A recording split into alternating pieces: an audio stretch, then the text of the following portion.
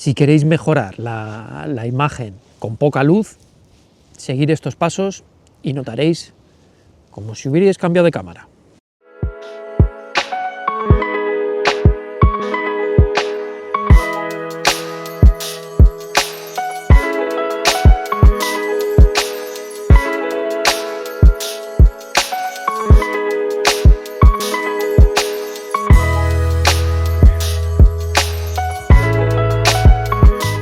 Muy buenos días desde Melontech.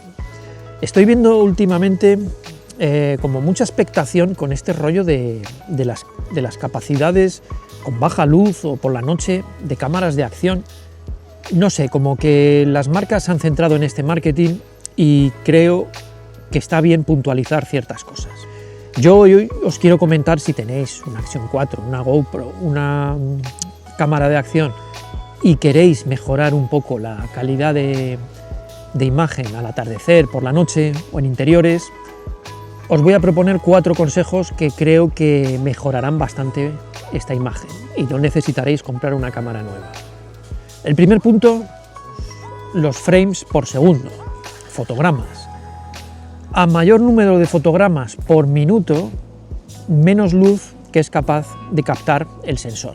A menos fotogramas por minuto, le da más tiempo al sensor a captar luz, por lo cual es absurdo estar grabando a 60 frames, como veo que hace gente pruebas por la noche, a 60 frames no tiene sentido. Os recomiendo 30 o, si queréis mejorar la imagen al máximo, 24. 24 porque menos no, porque ya no sería natural la imagen, pero 24 podemos captar una imagen y que parezca natural. Lo segundo sería tocar el ISO. Las cámaras tienden a iluminar la escena y muchas veces se ve en la cámara más luminoso de lo que es en realidad, y eso tampoco lo queremos porque eso lleva un coste tremendo para la imagen, para la calidad de la imagen. Así que lo que vamos a hacer es el ISO limitarlo.